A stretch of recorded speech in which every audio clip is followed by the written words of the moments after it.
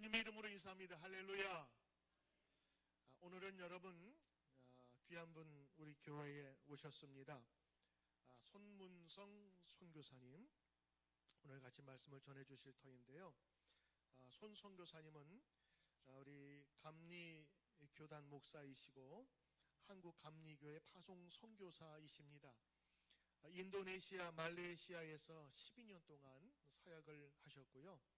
현재는 이탈리아 선교사로 파송받으시고, 그리고 행복한 커피 학교 대표로 또 난민 직업 학교 교육을 담당하시고, 또 커피 버스킹 전도 운동을 통해서 전도의 새로운 길을 여시고 지금도 활발하게 활동하고 선교하는 우리 선교사님이십니다. 우리 미국에 오셔서 또 우리 교회에 방문해서 또 말씀 전하게 되었는데, 우리 이 팬데믹 시대에 어떻게 우리가 말씀을 전해야 할지, 또 어떤 자세로 우리가 임해야 될지에 대해서 말씀을 전해 주실 텐데, 여러분 큰 은혜 받으시길 바랍니다. 우리 말레이시아를 거쳐 이탈리아를 거쳐 미국까지 오셨는데, 우리 환영하는 마음으로 우리 선교사님 나오실 때 우리 할렐루야 하면서 크게 인사했으면 좋겠습니다. 우리 선교사님 위해서 인사합니다. 할렐루야.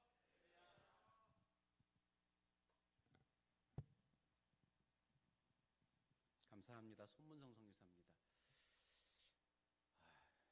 뉴욕까지 왔습니다. 제가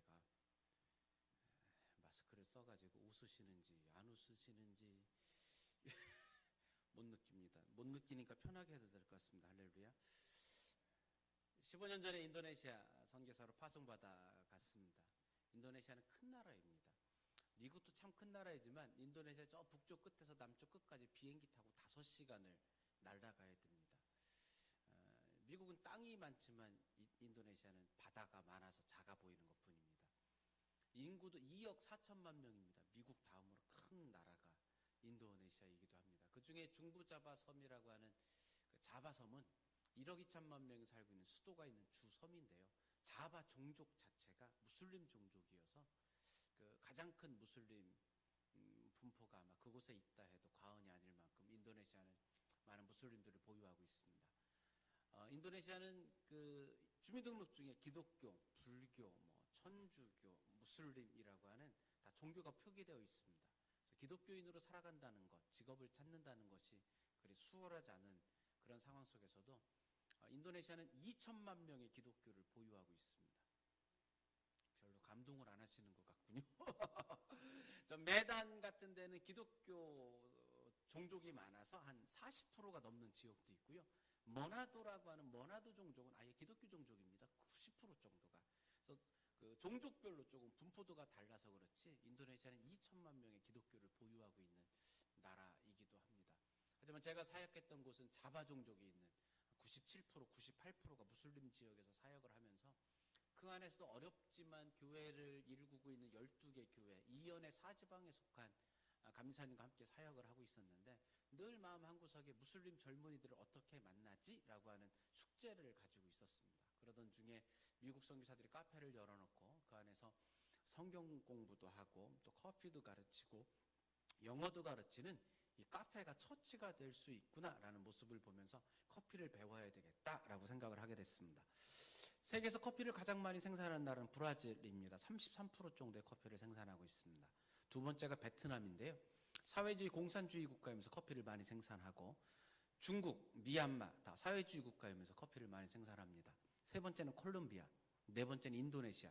단일 국가로는 2억 명의 무슬림을 가지고 있는 가장 큰 무슬림 보유 국가이기도 합니다.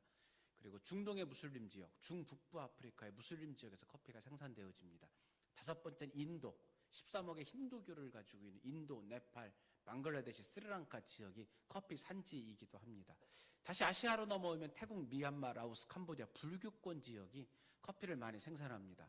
커피를 배우면서 깜짝 놀랐어요. 커피벨트가 선교벨트라는 사실을 깨닫게 된 거지요. 커피벨트 안에 이슬람권과 공산권과 힌두권과 불교권이 다 들어있는데, 인도네시아나 말레이시아나 중국의 흐름을 보면 80년대 한국과 흡사했던 그런 느낌들을 경험하게 됩니다. 시골에 있는 젊은이들이 성공을 찾아 도시로 몰려드는 거지요. 그 도시로 몰려든 젊은이들이 이제는 좀 내가 살만하지, 이제는 좀 괜찮아, 이제는 장가 가도 될 것 같고 이제는 조금 괜찮아 라고 느끼는 타이밍이 언제냐면 스타벅스에 가서 커피 한 잔을 시켜놓고 다리를 꼬고 앉아서 우아하게 핸드폰을 연다든지 노트북을 펼쳤을 때 그들은 그 정도 싸지 않은 커피 값을 지불하면서 그 시간을 가질 수 있다? 내가 이제는 괜찮지? 성공했지? 살만했지라고 생각하는 이 도시의 젊은 세대들을 선교적으로 어떻게 접촉할 거냐라고 했을 때 그들의 문화 속에 함께 들어갈 수 있는 커피 스쿨, 커피 아카데미로 선교를 하자. 그래서 커피 사역을 12년 전에 시작을 했습니다. 어느덧 시간이 지나서 이제 아시아에는 8개, 10개 나라에서 저희 팀이 잘 사역을 하고 있고요. 팀에 대한 구체적인 이야기는 방송을 통해 살펴볼 수 있을 것 같습니다. 오늘은 다른 이야기를 좀 나누려고 합니다. 제가 진행하고 있는 행복한 커피 학교입니다. 한국에서는 군부대 커피 학교도 진행하고 있습니다. 요즘 한국 젊은이들에게 물어봤더니 한 달에 한 번 이상 교회를 갑니까? 물어봤는데 군인들 중에는 3.8% 정도가 교회를 갑니다라고 이야기했다고 합니다. 대학교 캠퍼스도 5%가 안 될 만큼 우리가 조금 넓게 보자면 5% 미만을 미전도 종족이다라고 이야기하는 그룹도 있는데 한국의 군부대와 대학 캠퍼스가 계속해서 복음화 비율이 떨어지고 있는 것을 보게 됩니다. 이 사진은 재미있는 사진입니다. 이쪽은 장로님, 이쪽은 목사님, 이쪽은 그 군부대에서 그 사역하고 있는 스님이세요. 군승이라고 그러죠. 군목, 군승. 그 옆에 계신 분은 만스타 참모장인데 한국 교회를 따지면 장로님격입니다. 종교 통합이 이루어져서 커피 스쿨이 진행되고 있습니다. 아직도 안 웃으세요. 웃자고 한 얘기인데 군부대 커피 학교가 활발하게 진행되고 있고요. 3군 사령부 사령관입니다. 아니 어떤 사람이 자꾸 커피 향기를 날리면서 군부대를 돌아다니고 행사 때마다 이렇게 좋은 커피를 주는데 도대체 누구냐? 만나고 싶다 그랬는데 내가 얼마나 바쁜 사람인데 그래서 그 사람 만나기 어렵습니다. 목사 선교사님인데 그랬더니 3군 사령관이 만나지 못할 사람이 어디 있냐? 그 사람 좀 불러와라. 그랬더니 목사님이 대답하기를 그분은 커피 스쿨을 해주면 옵니다. 그래가지고는 장교들만 모아서 커피 스쿨을 했습니다. 그래서 저분은 불교 신자셨습니다. 아까 참모장도 불교 신자였습니다. 놀랍게도 주님, 군인들을 축복하고 싶습니다. 젊은 세대를 축복하고 싶습니다. 그러면 장로님들을 통해서 목사님들을 통해서 군부대 커피 학교가 확산될 줄 알았는데 놀랍게도 불교인들을 통해서도 선교사님이 지향하고 있는 젊은이들을 축복하고자 하는 마음이 저와 동일합니다. 제가 기회를 드리겠습니다. 그래서 불교인들을 통해서도 커피 스쿨이 진행됐습니다. 하나님은 돌들을 들어서라도 찬양받으실 분인 줄로 믿습니다. 우리가 복음을 향해 잠잠하면 하나님 또 다른 일을 통해서도 하나님은 그분의 일을 행하시는 줄로 믿습니다. 예수전도단 화유 모임에 매주 300명, 500명씩 모이는데 간사들에게 커피를 가르쳐서 젊은이들을 축복하는 그런 커피 스쿨이 진행됐습니다.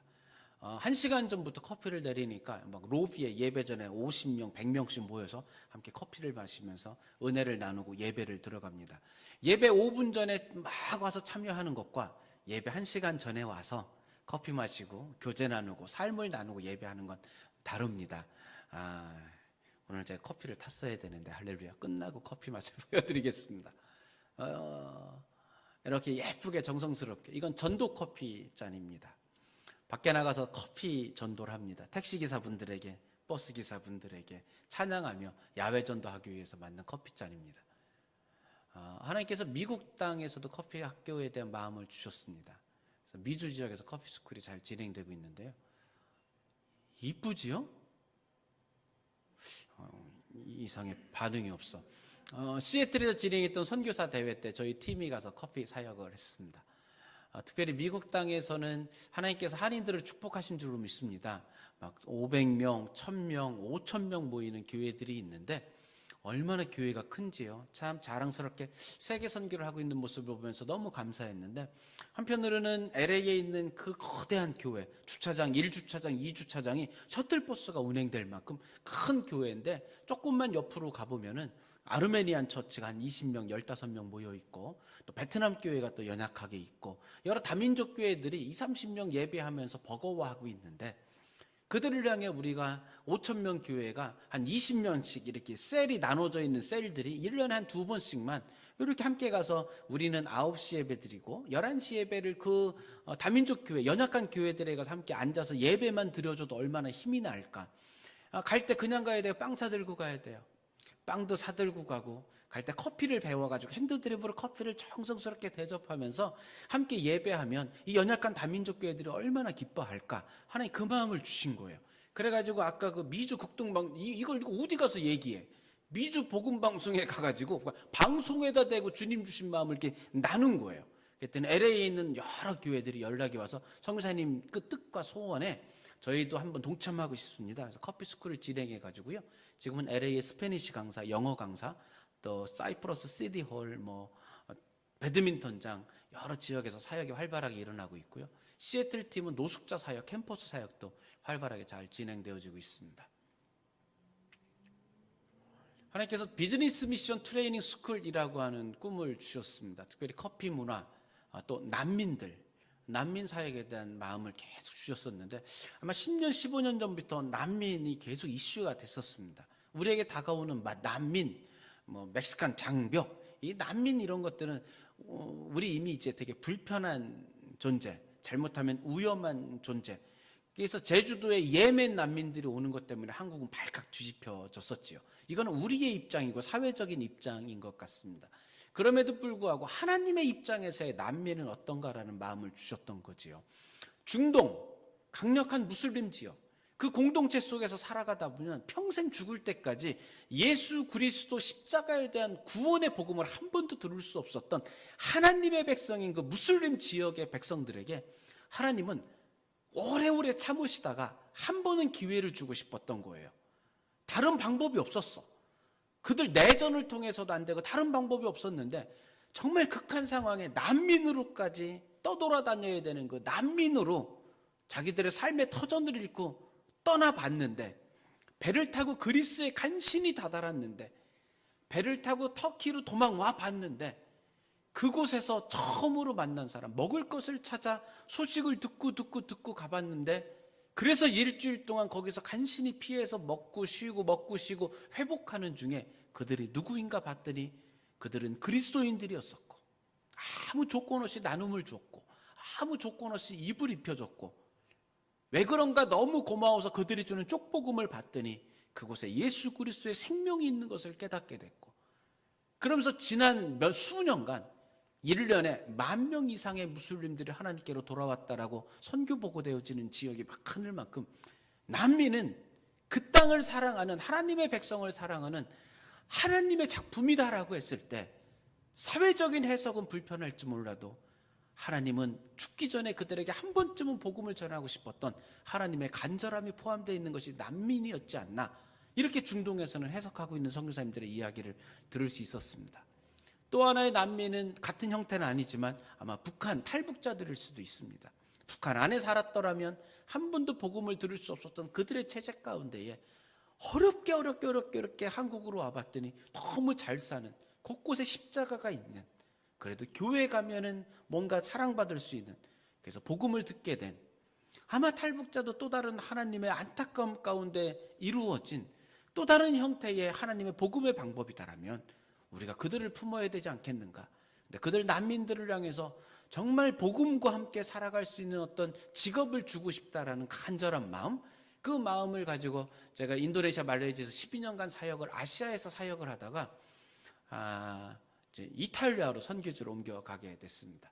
그래서 커피, 그다음에 파스타, 피자, 헤어, 네일 아트, 피케어, 스킨케어 이런 것들을 선교사님들에게, 난민 사역을 하는 선교사님들에게 훈련을 시키고, 또 난민들도 일부 참여하기도 하고, 또 다양한 방법으로 이렇게 사역을 펼쳐내고 있는데, 이제 공동체 비즈니스를 통해서 이슬람권에서, 이슬람 공동체에서 개종한 스태프들과 함께 어떻게 건강한 선교 비즈니스를 할 수 있겠냐라고 꿈꾸는 선교사님들을 교육하고 있습니다. 우리 강사들이 12명 정도가 됩니다.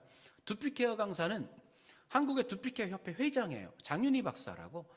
지난 2019년도에 모발 이식, 머리를 빠진 분들 머리 심는 거 되게 비쌉니다. 머리를 심었는데 이 머리가 얼마나 이렇게 딱 안착하느냐, 얼마나 잘 이렇게 안착하게 할 수 있느냐라고 하는 모발 이식 학회, 전 세계 학회의 이 케어 관리자 한 사람을 우리 세미나에서 좀 와서 강의해 줬으면 좋겠다. 전 세계에서 한 명을 뽑았을 때 우리 강사 장윤희 대표가 와서 강의했을 만큼 한국의 협회 회장이면서 굉장한 실력자입니다. 그러나 하나님의 사람들이 같은 마음을 품고 스킨케어 강사도 국책 프로젝트에 운용되고 중국, 러시아, 인도의 프랜차이즈를 가지고 있는 큰 회사의 대표들이기도 합니다. 이런 분들이 직접 마음을 같이 해서 강사로 참여하고 있고요. 프랑스에서도 셰프가 와서 강의를 돕고 있고 한 10명, 12명의 강사들이 이 프로그램에 함께 참여하고 있습니다. 파스타입니다. 뒤에는 색깔이 참 이쁜데 뒤에를 보면 먹고 싶고 앞에를 보면 조금 갸우뚱하게 될 것 같습니다. 화면빨이 되게 중요합니다.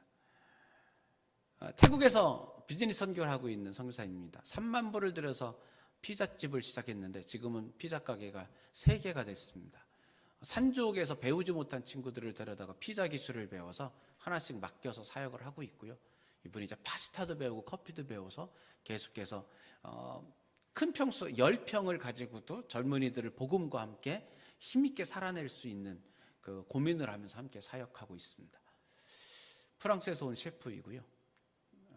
김밥 이쁘지요? 반응이 없어요. 안 예뻐요? 예쁘지요?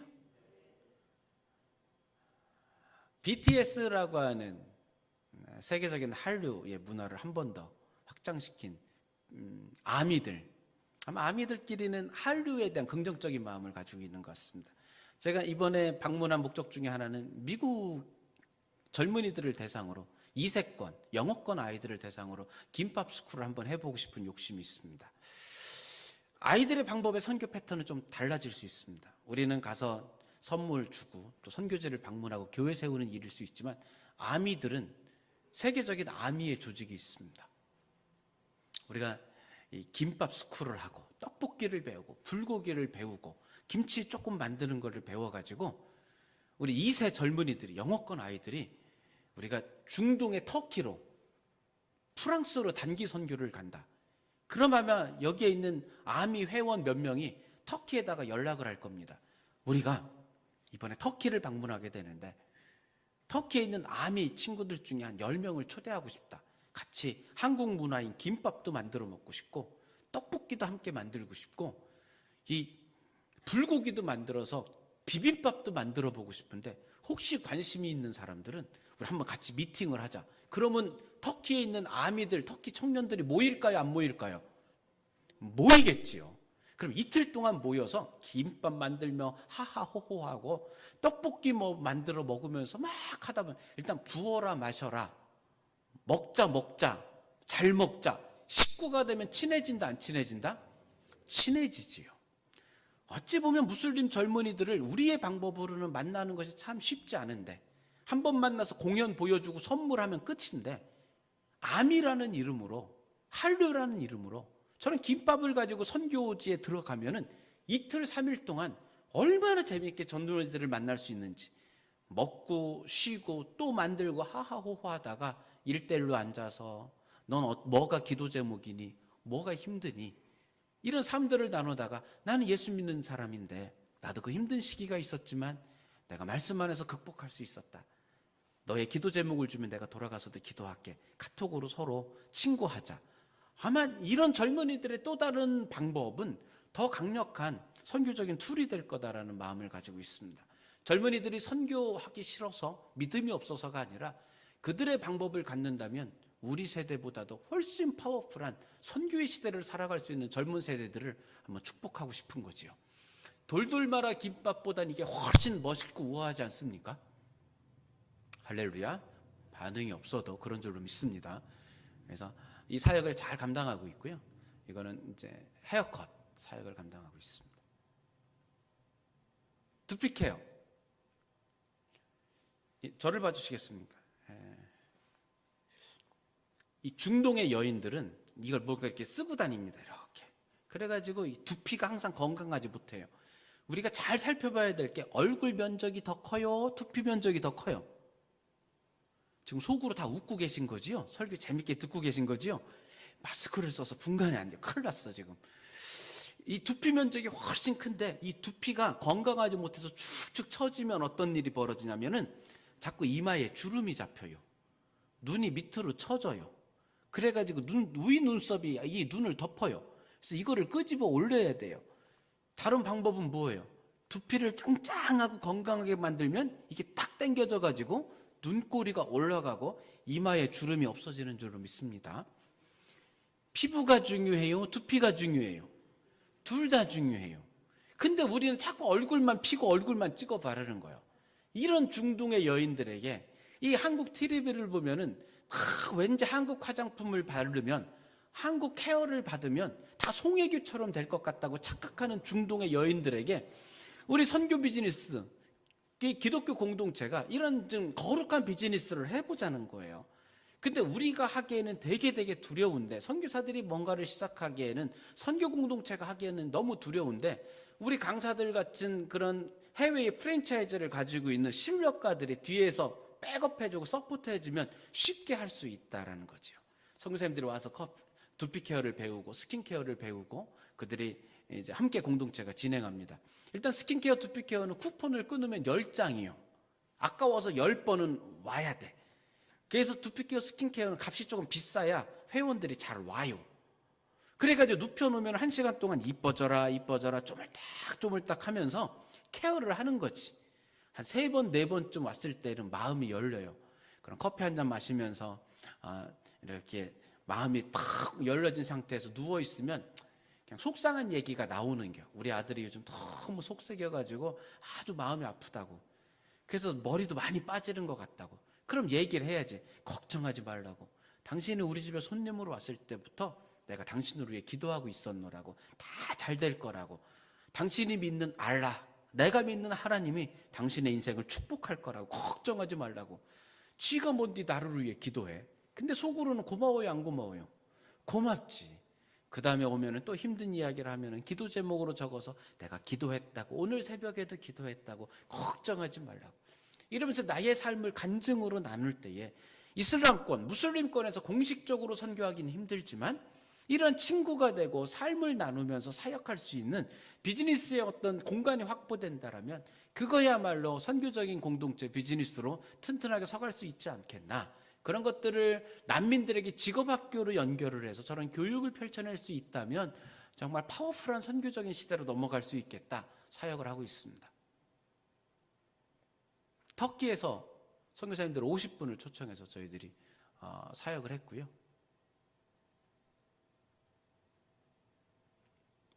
나도 피부 관리를 잘 받고 있는데 나는 왜 안 예뻐지는지 잘 모르겠어요. 마지막으로 하고 있는 건 커피 버스킹이라고 하는 프로그램을 진행하고 있습니다. 젊은 세대들을 좀 전도의 운동을 펼쳤으면 좋겠다는 마음을 가지고 유럽에서 커피 버스킹을 진행하고 있습니다. 밀란에서 출발해서 크로아티아, 헝가리, 루마니아, 불가리아, 그리스로 넘어가서 다시 이탈리아로 넘어오는 15박 16일 동안 전도 여행을 했습니다. 5명의 찬양하는 사람들이 있었고 5명의 커피 내리는 사람들이 있었고 영어, 중국어 또 언어를 이렇게 전도하는 팀들이 있었습니다. 한쪽에서 이렇게 찬양을 하고 있으면 사람들의 소리가 들리니까 이렇게 막 쳐다봅니다. 그런데 이렇게 커피 향기가 솔솔 나니까 이렇게 쳐다보면은 커피를 한 잔 이렇게 갖다 줍니다. 그러면 사람들이 멀찌감치 보다가 커피잔을 들고 또 앞으로 와요. 오면 우리가 핸드드립으로 커피를 내리니까 아니 어떻게 커피를 그런 방법으로 내리냐 뭐 이렇게 질문을 하게 됩니다. 이건 무슨 커피냐? 과테말라 커피입니다. 이건 무슨 커피냐? 뭐 에티오피아 커피입니다. 아니 근데 어느 나라에서 왔냐? 미국에서 왔습니다. 뭐 한국에서 왔습니다. 왜 왔냐? 이렇게 물어보면 그때 주님 주신 마음을 나누는 거예요. 하나님 제게 유럽을 향해 주셨던 마음 중에 하나는 탕자의 비유에 대한 마음이었습니다. 누구보다도 아버지의 사랑을 가장 먼저 받은, 하나님의 사랑을 먼저 받은 유럽. 그래서 온 세계를 향해 복음을 전달했던 그 유럽.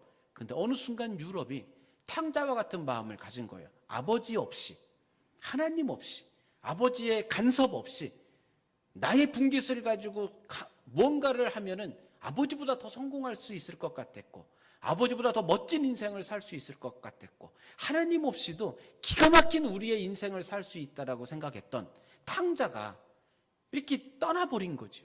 유럽이 그래서 자기들만의 자존심을 가지고 세상을 세워봤는데 어느 순간 탕자가 그가 가진 모든 것을 잃어버리고 쥐엄나무 열매를 먹으면서 그 고생하는 중에 아버지가 그리워지게 됩니다.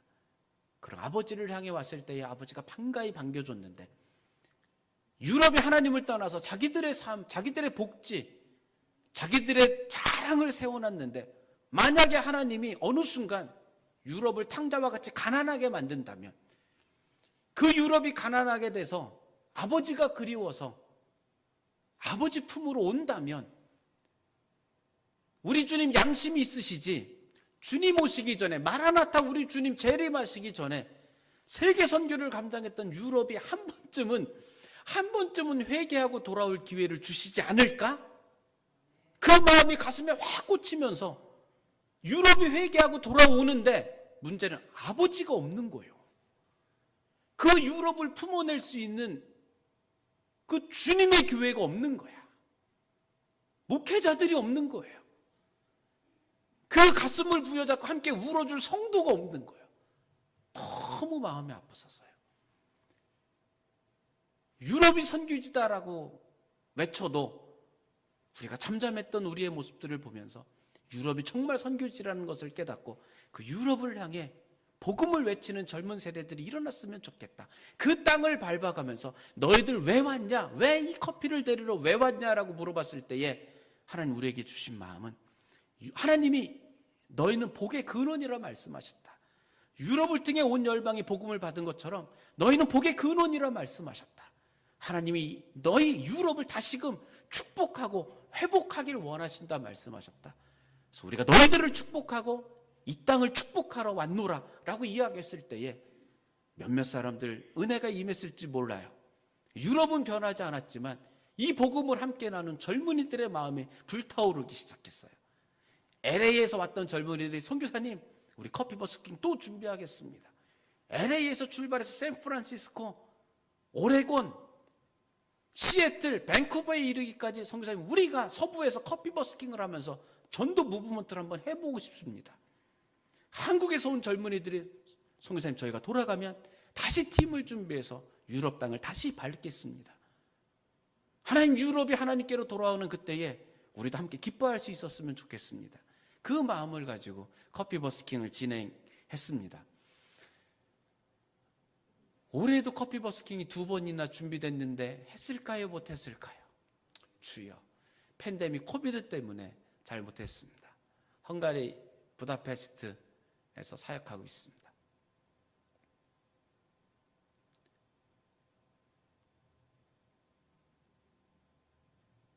우리 가족 사진이 저희가 사역하고 있는 곳에 소식을 듣고는 젊은이들이 어떻게 전도 여행을 유럽을 저렇게 하지? 그러고는 선한 목자의 유기성 목사님이 불가리아에 같이 오셨다가 저희 현장까지 오셔서 이렇게 밥값도 주시고 축복기도 해주시기도 하셨습니다. 그냥 보시지요. 저희 가족 사진입니다. 딸이 둘입니다.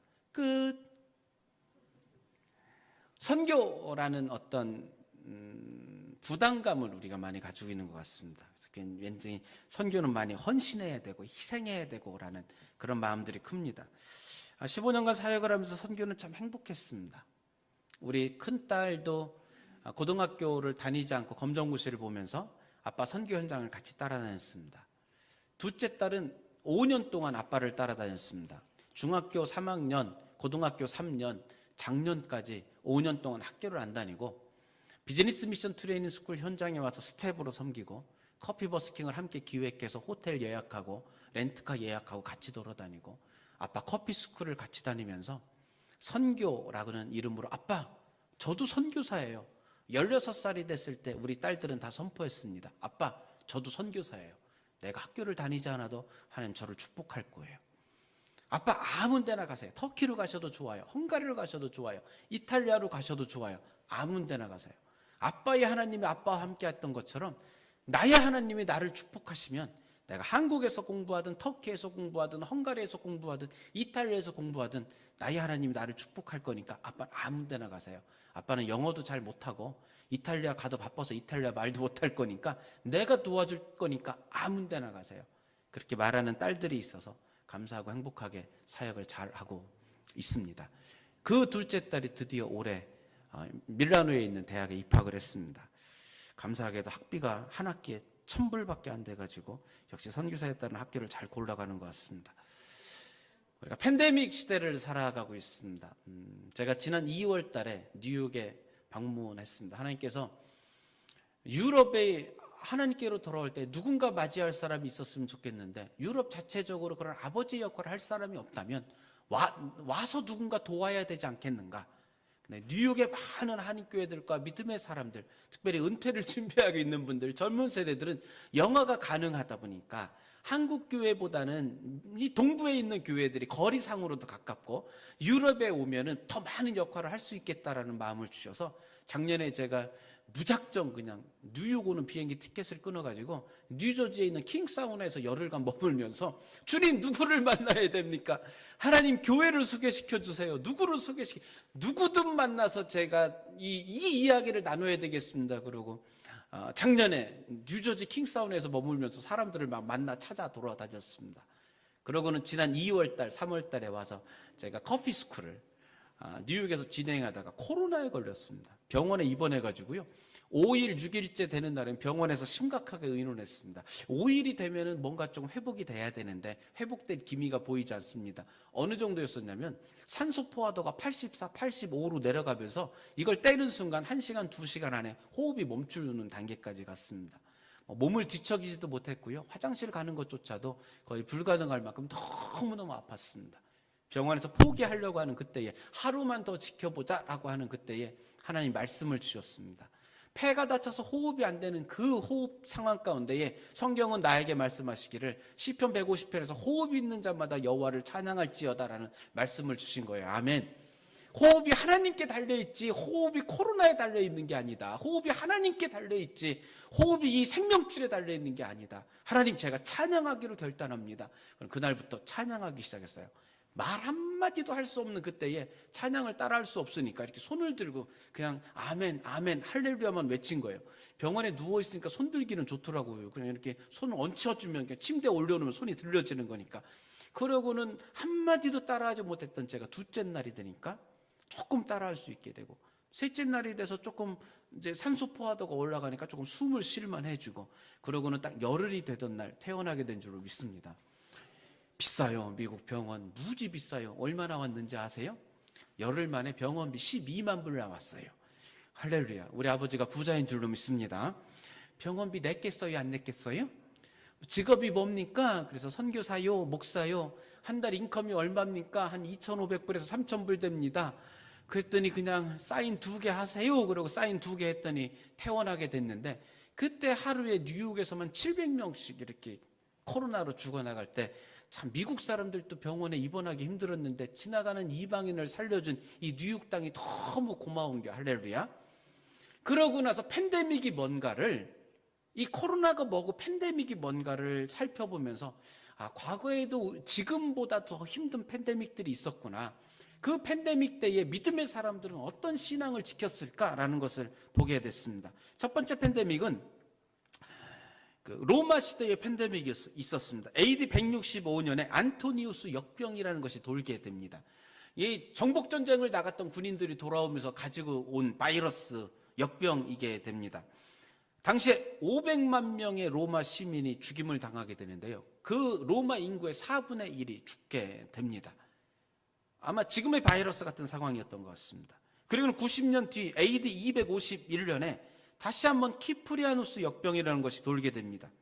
그리고는 로마 인구의 2분의 1이 이 역병으로 죽임을 당하게 되는데 2,500만 명이 사망을 하게 됩니다. 그 내용을 기록했던 로덴 스타크라는 사람은 기독교의 발언이라는 책에서 이런 이야기를 하고 있습니다. 이 바이러스 천연두일 거다라고 이야기를 합니다. 이 바이러스 때문에 의사도 도망갔다. 많은 우상을 섬기던 성직자들도 제사장들도 다 도망갔다.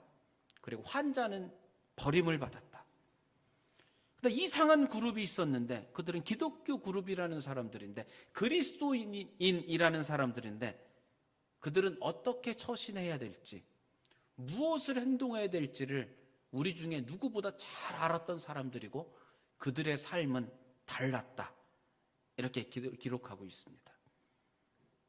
당시에 로마 시대의 기독교는 굉장한 핍박을 받았던 시대인데 이 2차 바이러스 팬데믹이 지나간 로마가 다시금 팬데믹이 끝나고 돌아왔을 때에 우상을 숭배하던 사제들이 돌아오고 많은 사람들이 돌아왔을 때 다 외면했지만 기독교인들의 달랐던 삶을 지켜본 로마인들은 기독교를 환영하게 됩니다. 그리고 313년, 60년이 지난 후에 로마는 기독교를 국가의 종교로 콘스탄티노플 대제의에 공인하게 됩니다.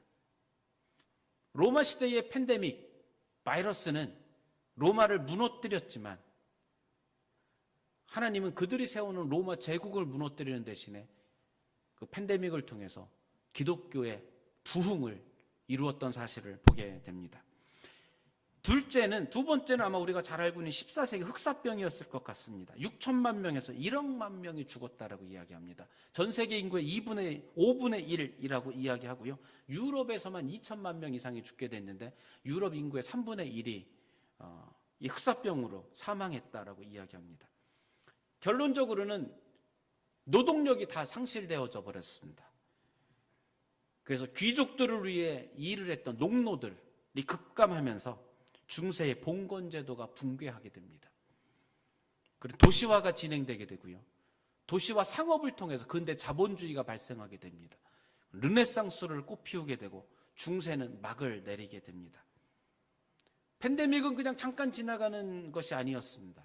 로마를 멸망시켰고 중세를 마감하게 되는 역사까지 펼쳐졌던 것을 보게 됩니다. 흑사병은 4년간 진행됐습니다. 그 4년이라고 하는 고통스러운 삶 가운데에 기독교인들은 어떻게 살아야 되냐, 종교개혁을 일으켰던 우리 그리스도인들은 어떻게 살아야 되는가를 중세의 교회들이 많이 고민하고 있는 것을 보게 됩니다. 흑사병이라는 이름은 19세기에 와서야 이름이 붙여져 있는데 이 전염병에 걸리면 피부가 이렇게 검게 변하고 어떤 궤저 질환이 생겨서 사망한다라는 이유 때문에 흑사병이라는 이름이 붙여졌습니다. 스위스 취리히에서도 2,000명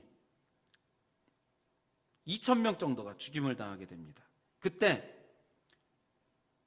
그 찌빙글리라는 우리 종교개혁자 중에 한 사람의 자녀도 사망을 하게 됩니다.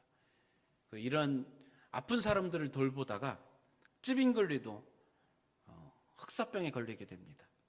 2달 동안 죽음의 직전까지 왔다 갔다 했다는 이야기를 하면서 그는 자기가 얼마나 힘들었는지 글을 남겼습니다. 주님, 나를 도우시옵소서. 나의 힘, 나의 반석이시여. 문 밖에서 죽음이 문두드리는 소리가 들립니다. 나를 위해 못 박히신 당신의 손을 높이 들어서 죽음을 정복하시고 나를 구원하소서. 그러나 당신의 음성이 내 생애의 한낮인 지금이라도 내 영혼을 부르신다면 나는 순종하겠나이다. 소망 가운데 이 땅을 포기하고 천국을 얻고자 하오니 나는 주님의 것입니다. 찌빙글리는 이렇게 고백합니다. 얼마나 아프고 힘들었는지 문 밖에서 죽음을 들리는 소리가 들린다라고 이야기합니다. 그의 삶은 생애 한낮이었다고 이야기할 만큼 건강하고 젊다라고 생각했던 그때에 그는 흑사병을 경험하게 됩니다. 중세의 많은 교회들이 고민하는 가운데 독일 교회에서 루터에게 글을 보냅니다. 종교개혁을 일으켰던 루터요, 우리가 어떻게 살아야 됩니까? 이 전염병이 하나님께로부터 온 것입니까? 이 전염병이 악마에게로부터 번진 것입니까? 많은 사람들이 죽어나가고 있는데 교회는 어떻게 해야 됩니까? 우리가 모여서 예배해야 됩니까? 우리가 인터넷 예배 드려야 됩니까? 우리가 누군가를 만나 죽어가는 흑사병으로 죽어가는 내일 죽을지 모를, 이틀 뒤에 죽을지 모를 그들을 향해 예수 그리스도의 복음을 한 번이라도 더 전하러 가야 됩니까? 아니면 전염병이 나에게 옮아서 잘못되면 안 되니까 그냥 내어버려둬야 됩니까? 교회는 어떤 역할을 해야 됩니까? 그러면서 중세의 교회가 혼돈 속에 루터에게 글을 보냅니다. 루터의 답을 기다립니다. 루터는 이렇게 이야기합니다. 약을 먹어라. 집과 마당과 거리를 청소해라. 사람과 만남의 장소들을 최대한 피해라. 하나님이 허락한 그 예정 안에서, 하나님의 허락 안에서 악한 자가 치명적인 독과 치명적인 병을 퍼뜨렸다. 우리는 하나님께 자비를 베풀어 달라고 기도하자. 하나님 우리를 지켜달라고 기도하자. 또 한편으로는 소독하고 공기를 정화하고 약을 지어 먹는 일을 게을리 하지 말자. 나는 내가 만나야 될 사람들을 만나겠지만 나로 인해서 다른 사람에게 해가 된다면 나는 보고 싶어도 참고 만나고 싶어도 참을 것이다. 하지만 한 영혼이 죽음을 앞두고 그에게 달려가야 된다면 나는 머뭇거리지 않겠다. 만일 이웃이 나를 필요로 하고 내가 가야 될 곳이라면 나는 반드시 가서 그를 만나고 어디든지 죽음의 문턱이라도 나는 거부하지 않겠다. 루터는 이렇게 이야기합니다. 아마 우리 목사님의 심정과 같은 마음일 거다라고 생각합니다.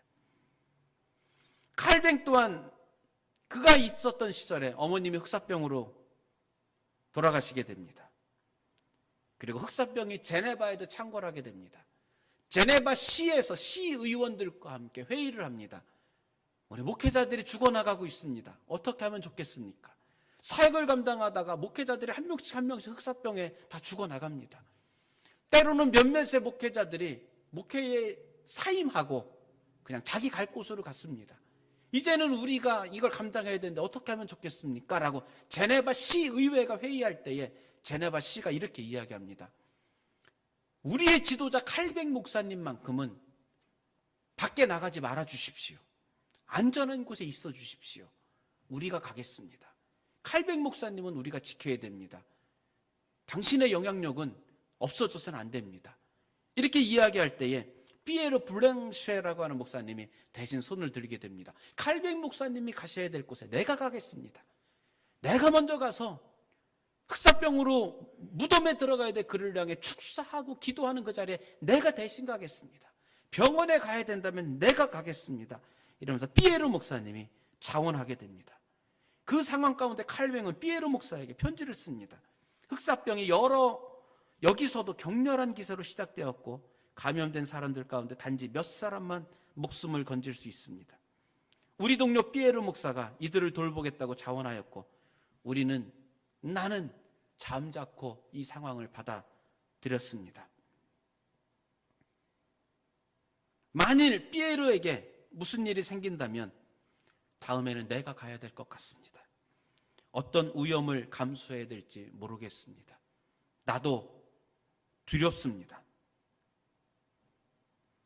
하지만 당신도 알다시피 우리의 목회 사역에 무언가 필요할 때, 누구에게 도움이 필요할 때 빠져서는 안 됩니다. 피에르 목사가 무슨 일이 생긴다면 다음에는 제가 가겠습니다. 칼뱅은 성직자로서, 목회자로서, 그리스도인으로서 어떻게 고민하고 있는지, 인간적인 칼뱅, 그리스도인의 칼뱅, 성직자 칼뱅으로서 고뇌하고 고민하는 그 모습을 보게 됩니다. 베자라는 곳에서, 베자라는 사람이 있어요. 로잔 아카데미의 신학교 초대 학장이었습니다. 그 신학교 안에서도 누구를 보낼까 할 때에 성직자들과 함께 제비를 뽑자라고 해서 제비를 뽑아서 제비를 뽑은 사람이 가서 장례를 진행하고 병원을 방문하는 일들도 있었습니다. 한편에서는 아프리카나 다른 지역에서 비싼 돈을 주고 성직자들을 오라고 해서 그 성직자들로 하여금 이 업무를 감당하게 되고 우리는 생명을 지키자라는 이야기도 나왔다고 합니다. 그런 많은 혼돈, 4년간의 혼돈 속에서 성직자들은 결단합니다. 아닙니다. 이 성례는 우리가 감당해야 되고 죽음이 우리를 엄습할지라도 우리는 그리스도인의 구별된 삶을 드러내겠습니다 라고 성직자들이 결단하고 많은 성직자들이 이 흑사병 속에 함께 사역을 하고 주님 나라에 가게 됩니다. 4년의 흑사병이 끝난 후 유럽은 종교개혁의 탄력을 받게 되고 유럽의 기독교는, 프로테스탄트 기독교는 큰 부흥을 맞이하게 되는 것을 보게 됩니다. 세 번째는 스페인 독감입니다. 1차 세계대전과 함께 발병했습니다. 5천만 명이 사망했고요. 미국도 50만 명 정도가 사망하게 됩니다. 같은 시기에 한국에서도 14만 명이 사망하게 되는데요. 740만 명이 감염되고 조선은 14만 명의 사람들이 사망을 하게 됩니다. 이것을 스페인 독감인지 몰라서 한국은 무오년 독감이라고 기록하고 있습니다. 이 독감 때문에, 이 팬데믹 때문에 1차 세계대전이 평화협정이라는 이름으로 너무 많은 사람들이 죽어나가니까 1차 세계대전이 끝마치게 됩니다. 미국은 노동력을 감소하게 되고요. 산업화 전략을 펼치게 됩니다. 결국 세계대전 이후에 이 스페인 독감 팬데믹 이후에 미국은 전 세계에서 가장 강력한 국가로 발돋움하게 되고 산업 패권 국가가 되게 됩니다. 그리고 우리가 우리 시대에 감사하게도, 감사한 거겠죠, 우리 시대에 팬데믹을 경험하고 있습니다. WHO가 공식적으로 팬데믹이다라고 3월 11일에 공포했습니다.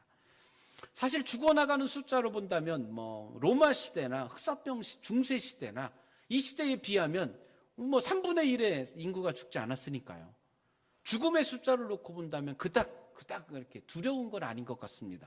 그럼에도 불구하고 온 세계가 왜 이렇게 두려워하고 걱정하고 염려하고 있느냐라고 했을 때, 지난 할렐루야 대성회 때 황성주 박사님이 뉴욕에 오셔서 우리에게 이런 말씀, 팬데믹을 향해 이렇게 말씀하셨습니다. 만약에 이 세상을 향한 하나님의 심판적인 의미가 있어서 팬데믹이 왔다면 우리는 어떻게 할 거냐라고 황성주 박사님이 이야기하셨습니다. 만약에 이 코로나 바이러스가 사람의 고의적이든 아니면 어떤 실수로든 퍼졌지만 그 이면에 하나님의 또 다른 작정하심이 있다라면 우리는 어떻게 해석할 거냐라는 질문을 우리에게 던졌습니다. 우리는 우리가 쌓아놓은 것들이 너무나 많았습니다. 달나라를 정복했습니다. 이제 조금만 더 하면 우주를 다 정복할 것 같은 기대감을 펼치고 있습니다. 얼마나 의료 기술이 발달했는지 이제 몇 년만 지나면 남아있는 조금의 그 암만 정복하면 이제는 모든 병에서 다 자유로울 수 있을 것 같다고 희망을 가졌습니다. 줄기세포가 개발되면서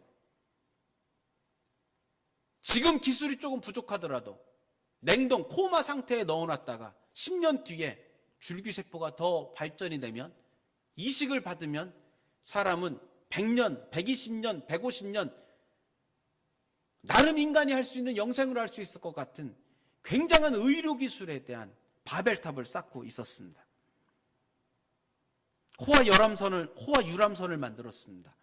그래서 은퇴하면은 1년에 2번은, 1년에 2달은 여행 다녀야지. 여객선 타고 여행 다녀야지. 비행기 타고 유럽 별장에 가서 좀 쉬기도 해야지. 친구들 만나러 맛있는 거 먹으러 여행 다녀야지. 심지어는 우리에게 재미는 좋고지만 진실과 같은 단어가 하나 있습니다. 조몰주 위에 건물주가 있었습니다. 맨하탄에 조몰주 위에 건물주가 있어가지고 하나님 이상의 권력을 가지고 많은 사람들이 농담 삼아 한국에서도 건물주 되는 게 소원인 젊은이들이 많았습니다. 조몰주 위에 건물주. 우리가 세워놓은 과학, 우리가 세워놓은 의료, 우리가 세워놓은 복지, 우리가 만들어놓은 유람선, 우리가 만들어놓은 비행기, 우리가 높이 솟아놓은 빌딩들이 하나님 보시기에 바벨이었다라면, 이것으로 인해서 하나님을 떠났다면, 이 작은 바이러스가 와서 우리가 세워놨던 그 엄청난 것들이 한 방에 무너지는 것을 경험한 우리 세대의 사망자 숫자보다도, 죽어가는 숫자보다도 우리가 세워놓은 것이 무너지기 때문에 아마 고통이 더 큰 것이 아니냐라고 황성주 박사님은 이야기하는 것을 보게 됐습니다. 그래서 그런지 지금 성경이 불티나게 가장 잘 팔리고 그 어느 시대보다도 잘 팔리고 있다라고 이야기합니다. 한편으로는 사람들이 불안하다는 거지요. 우리가 많이 경험했지만, 우리 부모님 세대들이 많이 경험했지만, 고난을 통해서 시련을 통해서, 역경을 통해서 많은 사람들이 하나님을 만났습니다. 비신자들에게는, 넌 크리스찬들에게는 고난과 역경이 하나님을 만나는 구원으로의 초대였었다. 그렇다면 우리 믿는 자들에게는, 구원받은 백성들에게는, 우리 그리스도인들에게는 지금 팬데믹이 무엇이냐, 우리에게. 사랑하는 성도 여러분, 그리스도인인 우리에게 이 팬데믹은 무엇입니까? 황성조 박사님은 이 고난과 역경 팬데믹은 사명으로의 초대라고 이야기하고 있습니다. 그 어느 때보다도 우울증을 약을 먹는 사람들이 많다고 합니다. 남편이 아침 7시, 8시 되면 출근해야 돼요? 집에 있어야 돼요? 출근해야 됩니다. 근데 남편이 출근을 안 하고 집에서 삼시세끼 밥을 먹으니 부인들 입장에서는 용서하십시오, 미치겠는 거예요. 아침에 아들이, 딸이 학교를 가야 돼요? 집에 있어야 돼요? 이것들이 좀 학교를 가야 내 쉬는 시간이라도 갖는데 집에 있어서 힘들어 죽겠다는 거예요. 엄마만 힘든 게 아니라 집에 있는 애들도 힘들고 다 힘들다는 거예요. 한편으로는 출산율이 높아지고 있다라고 하는 좋은 소식도 있지만 한편으로는 이혼율이 폭증하고 있다라는 이야기도 합니다. 우울증 약을 먹는 청소년들도 많아지고 있다라고 이야기를 합니다. 성경도 많이 팔리고 있어요. 참 힘들다라고 이야기합니다. 우리에게 고난이 왔습니다. 비그리스도인들에게, 하나님을 모르는 이들에게 고난은 구원으로의 초대인데, 내가 누구를 보내며 누가 우리를 위하여 갈 거라고 하는 그 하나님 앞에, 그러면 그리스도인들이 무엇하고 대답해야 되냐? 주님, 제가 여기 있습니다. 저도 힘듭니다. 팬데믹. 저도 직장을 잃었습니다. 저도 수고스러운 힘든 시간을 보내고 있음에도 불구하고 주님, 이 시기가 우리를 향한 사명자로의 초대라고 한다면 제가 기꺼이 가겠습니다라고 하는, 로마 시대의 그리스도인들이 인구의 2분의 1이 죽어나갈 때에, 제사장도 떠나고 의사도 떠나는 그때에 가장 연약하고 오랜 핍박 속에서 견뎌냈던 2%, 3%도 안 되는 그리스도인들이 구별된 삶을 살아냈을 때에 기독교가 전 세계적으로 퍼져나가는 흥왕했던 것처럼, 중세교회의 그리스도인들과 목회자들이 생명을 걸고 교회됨을 지켜나갔을 때에 부흥했던 것처럼, 하나님이 이 시대에 교회가 무엇냐?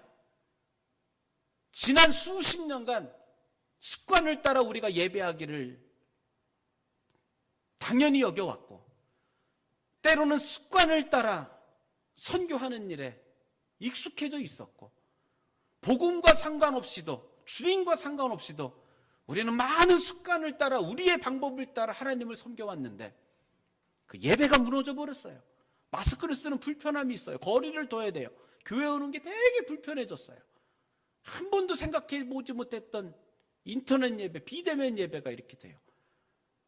만약에 이것이 주님의 계획이라면, 주님이 우리를 향한 주님의 뜻이 있다면 우리가 어떻게 받아들일 거냐? 주님, 제가 구별되고 싶습니다. 그렇습니다, 주님. 세상 사람과 똑같이 피하고 잠잠하고 아무것도 안 하고, 이제 시부모님 생신이어도 안 찾아가도 되니까 얼마나 행복한지 몰라요. 인터넷으로 쇼핑 이렇게 해가지고 다 선물해드리고, 어머님 송금 좀 했습니다, 못 찾아가서 죄송합니다. 겉으로는 죄송한데 속으로는 굉장히 고마운 거예요. 이제 보기 싫은 사람 안 봐도 돼요. 교회 몇 주 안 오니까 되게 교회가 사모하고 눈물 나는 분도 있지만, 교회 몇 주 안 오고 인터넷에서 예배 드리니까 또 나름 편하기도 얼마나 편한지. 제가 격리를 많이 해봤고, 오래 해봤거든요. 올해는 격리의 생활입니다. 제가 격리만 한 3달 한 것 같아요. 병원에서 격리, 퇴원에서 격리, 한국 가서 격리, 너 코로나 환자니까 안 만나준다 그래서 격리하면서 집에서 예배 드리는데 정장을 입고 예배 드리다가 어느 순간 이렇게 예배 드리다 보면 양말을 안 신고 있더라고요. 그리고 가끔 이렇게 예배 드리다가 갑자기 화장실 생각이 나면은 참았는데, 집에서 예배 드리다 보니까 그냥 화장실 갔다 오게 되더라고요. 어느덧 경건의 모습은 다 온데간데 없고, 이 비대면 앞에서 그냥 예배를 때우고 있는 목회자인 나조차도 예배를 때우고 있는 그 모습을 보면서 정말 너의 신앙이 무엇이냐, 너의 예배가 무엇이냐라고 말씀하시는 그 하나님 앞에 작게 한번 흔들어 봤는데 세계가 요동치고 있는데, 세계만 요동치는 게 아니라 교회도 사명으로의 부르심이 무엇인지조차 고민하지 못하며 우리가 핑계대고 있는 우리의 모습을 보고 있는 저를 발견하게 됐습니다. 말씀을 마치려고 합니다. 팬데믹은 우리에게 하나님의 축복이기를 원하시는 아버지의 마음이 있다라고 믿습니다. 할렐루야. 우리를 고통스럽게 하기 위한 하나님의 계략이 아니라 우리 한 사람 한 사람을 새롭게 하시기 위한 하나님의 축복의 시간이 되어야 될 줄로 믿습니다. 교회는 우리 스스로 너무나 익숙해서 자정할 수 없었던 많은 부분들을 새롭게 더 강력하게, 더 말씀 앞에, 더 복음 앞에, 더 업그레이드 되라고 하나님은 우리에게 주시는 기회라고 믿습니다. 다시금 뉴욕 땅을 밟아야 되겠다는 마음을 하나님께서 주셨습니다. 코로나로 살려주시고 병원비도 탕감해준 뉴욕이 너무 고마운 거예요. 자꾸 뉴스를 보면 뉴욕 뉴스가 한국에서도 보여요. 이탈리아 소식보다 더 보여. 여전히 뉴욕은 코로나가 많이 있고 힘들어하는 사람이 많다는 이야기를 들었을 그때에 이 땅에서 커피 스쿨을 하고 싶어서가 아니라 하나님의 마음을 나누고 싶었던 거지요. 우리 주위에 정말 힘들어하는 사람들이 많습니다. 잠잠히 있으면 안 될 줄로 믿습니다. 지나가다가 사과 한 꾸러미 이렇게 사서 문 앞에 걸어 놔야 돼요. 지나는 길에 들렀어. 사과 갖다 놨는데 맛있게 먹고 힘내, 화이팅, 기도하고 있어. 문자 보내야지요. 그러고 한 일주일 지나서, 열흘쯤 지나서 또 지나가다가 김치 이렇게 싸서 갖다 놔야 돼요. 김치 담갔는데 집사님 생각나서 갖다 놨어. 교회에서 얼굴 볼 땐 행복했는데 벌써 한 우리 두세 달 못 본 것 같아. 힘들어도 한 번은 좀 와, 보고 싶어. 갖다 놔야지요. 또 지나가다가 이렇게 커피 사가지고, 맛있는 커피 사가지고 갖다 놔야지요. 일단 한국 사람들의 정서상 먹은 놈은 말이 없다. 할렐루야. 한 3번 얻어먹으면 미안해요, 안 미안해요? 미안하지. 그럼 답장이 온다고. 집사님, 권사님, 다음에는 그냥 지나가지 말고 집에 들러서 과일이라도 한쪽 드시고 가세요. 우리 마스크 쓰고 뭐 이렇게 거리 유지해서 이렇게 얘기하면 되지. 보고 싶어요. 문자가 올까요, 안 올까요? 들러야지. 그냥 들러요. 커피를 탁 가져가서 커피 맛있게 내려주면서 힘들었지. 기도하고 있어. 목사님이 자기 얘기 많이 하더라. 기도하고 있으니까 빨리 힘내서 와. 교회에서 만나자. 권면해야 될 줄로 믿습니다. 교회 안 다니는 성도들도 마찬가지예요. 실직하고 남편 때문에 힘들어한다는 소식을 듣고 귀로만 듣고 흘려보내는 거예요. 그냥 하나님이 그를 향해 감당해야 될 사명으로의 부름이 있는데 흘려보내는 거예요. 너만 힘드냐? 나는 힘들어 죽겠다. 이런 흘려보내는 거예요. 그게 아니라 함께 힘들지만, 모두가 힘들지만 김치를 담가다 주고 3번에 안 되면 5번이라도 무난해서 그를 향해 내가 너를 위해 기도하고 있고 걱정하지 마, 이 시간이 지날 거야. 나도 힘들지만 당신을 축복한다. 아니, 나는 부모 만나는 것도 귀찮아서 안 가고 있고 나도 형제들 모이는 것도 안 가는데 그래도 예수 믿는 사람은 다르네. 나는 이렇게 게으르고 이 기회를 이용해서 이기적인 사람이 됐는데 예수 믿는 사람은 끝까지 나를 포기하지 않고 방문하네. 내가 다른 거는 몰라도 만약에 교회를 간다면 뉴지름교회 김집사가 다니는 저 교회를 다녀야 되겠다. 속으로 그 마음을 먹게 될 줄로 믿습니다. 팬데믹 고통스러운 시간을 보내고 있습니다. 수고스러운 시간을 보내고 있습니다. 그럼에도 고린도후서는 우리에게 이야기하고 있습니다.